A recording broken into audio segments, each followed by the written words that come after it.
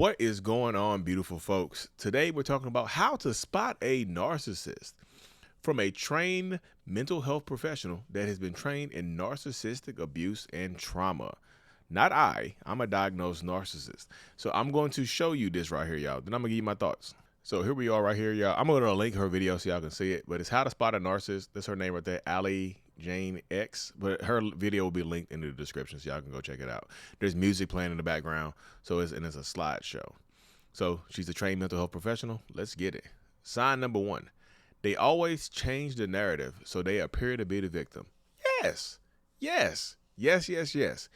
Narcissistic people are, I would say, are damn near experts in victimhood. How do I play the victim? How do I victimize myself in this situation right here? How do I make myself not look like the bad guy? Is typically a question or questions that narcissists will ask when you're trying to hold them accountable for something that they have actually done. Not hearsay, not conjecture, something that they have actually done. So this is, I think she has 10 on here, y'all. This is 10. Number two: they always need excessive validation, praise, compliments, and attention. Yes, well, that's true. That's actually in the DSM-5. The excessive need for admiration. That's going to be for narcissists. They always want the attention. And again, you deal with the situation where any attention is good attention.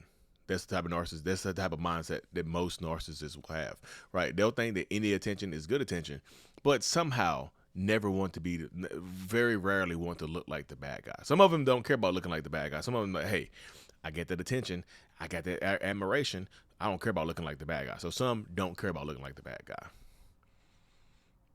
Number three: they get incredibly jealous when you try to have a life, see friends, go out with family, or engage in hobbies. Yeah, narcissistic people tend to want to isolate you. They don't want you having any or very little outside influences in the relationship. They want you to have very little to do with anybody else. They want their impact to be the greatest impact that you have. They want their voice to be the loudest voice in your life. That's what's going on. 4, they're always doubting you, making you feel worthless or criticizing you. This is part of the devaluation phase. You know, after the love bombing comes devaluation, when they take the love away, when they make you feel worth less than what you are, when they make you feel small, when they make you feel little, when they make you feel very, very tiny in these scenarios, in these situations. This is what ends up happening. Right? They always want to make you look like the smaller person in order to elevate themselves, in order to make themselves feel bigger, in order to make themselves feel like they're doing more or have accomplished more. This happens quite a bit right here, y'all. 5, it's their way or the highway. There's no room for compromise. Yeah, pretty much. You know, is there going to be some wiggle room right here sometimes? Yeah, there'll always be a little wiggle room, right? They will compromise with you as long as they end up feeling like they won, right? Sometimes they will absolutely compromise with you as long as they feel like they've won something. And this is what ends up happening. Like they feel like this is how it goes. Like I will compromise a little bit as long as I win, as I feel like I'm winning. And this is how you negotiate with narcissists, y'all. A lot of people ask me, how do I negotiate with a narcissist? How do I defeat a narcissist? How do I win against a narcissist? You have to make them feel like they're winning, right? You have to make them feel like they're winning. Now, are there some narcissists who don't compromise at all? Is their way or the highway? Yeah, absolutely true, right? 6, if you manage to go no contact, they will stalk you, spy on you, harass you. This might be through social media, another person or persons. Yes, this could be true as well. If you go, y'all see my other videos. If you go no contact with the narcissist, prepare for them to lose their damn mind. Because a lot of them will lose their damn minds on you. They will go crazy on you. They will just chastise you. They will become manipulative towards you, abusive towards you, stalk you, harass you. Some of them will become aggressive and try to harm you.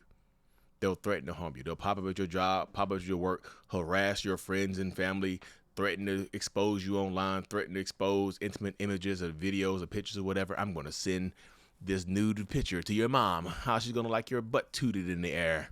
We're going to see. So yes, that is absolutely true right there. Number 7, they will use triangulation, recruiting people close to you in hopes of getting them on their side. So triangulation, yeah, triangulation can work a few different ways when you deal with narcissists. If you don't know what triangulation is, it's the triangle, right? Where the narcissist is at the top, you and the new supply or on opposite sides, or you and somebody else are on opposite sides. They love putting people against each other, and they love turning people against you, right? They love turning people against you in these situations as well. So yeah, triangulation does happen a lot of times in these toxic relationship dynamics, y'all. It really does. 8, they expect to be the most important thing in your life every second of every day. Be prepared to deal with rage, violence if you can't answer their calls or text instantly. Yeah, so for the most part, that's going to be true all the time, y'all. Especially in the beginning. During the love bombing phase, I feel like this is more prevalent during the love bombing phase, especially the most important thing every second of every day. They try to absorb all of your time during the love bombing phase, which seems normal. Like, we're just getting to know each other. We're supposed to spend every waking moment together. We're supposed to talk on the phone and fall asleep together. We're supposed to be on Bluetooth or on a Bluetooth headset all day together, even while we're at work. We're supposed to do that. Yeah, it could be normal, right? In some situations, it could just be normal love in some situations. But most times, it's love bombing, where they're trying to bomb you with love to get you to stay with them. They're trying to bomb you with love to get you to cut off anybody else that you're talking to or you're dealing with, right? This is what ends up happening. But yeah, so some of them will rage on you. She said, be prepared to deal with rage or violence if you can't answer their call or text instantly. Yeah, so rage or violence is true for a lot of times, but sometimes they'll give you the silent treatment. Sometimes they'll ghost you. Sometimes they'll break up with you. You see what I'm saying? I think, rage is true, but I think the silent treatment is silent rage, right? They're so angry at you. They're so they're so aggressive towards you that they will just not talk to you. They'll refuse to communicate with you. They'll stonewall you or ghost you or whatever the situation may be. So yeah. 9, they will isolate you from everyone until you no longer recognize yourself. Yeah, this kind of goes into the other one she had mentioned earlier. I forgot which number it was, but they will absolutely isolate you as well, right? They will, I think it was number 2. Number 3, right here. They will isolate you from other people in your life. They will try to financially abuse you, financially control you. They want to control every single aspect of your life because they feel like they should be the number one thing in your life. That happens so much right there, y'all. It's almost like you don't get to have friends when you're in a toxic relationship. Number 10, they will love bomb you when their grip on you starts to loosen. You'll think they've changed and try to see the good points, only to be disappointed again and again and again. So I've mentioned this in my channel. When narcissists can have a sixth sense, they can feel when you're pulling away from them, and sometimes they will re-engage a new love bombing phase. It is not as intense as the original love bombing phase. I call it a love pop, like a little love pop, right? It's like a little love. It's like a mini bomb, right? But it's not the same as it was in the beginning. They try to show you their true character when you're on the way out the door. Not their true character. They try to show you who they can be when you're on the way out the door sometimes. And they can be super confusing to you if you're trying to escape this person, if you're trying to heal, if you're trying to get away, right? It happens to so many people.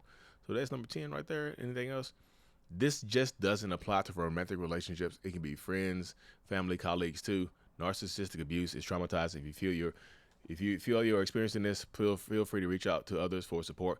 You can reach out to her. I'm gonna share her page in the comment section or whatever in the description. But also, y'all know I do my one-on-one calls over Zoom as well. This is her page right here. I'm gonna click on her page so I can check her out right here. Let's see. I gotta do this in. I don't know if I can do this on here, y'all. Wait, okay, y'all.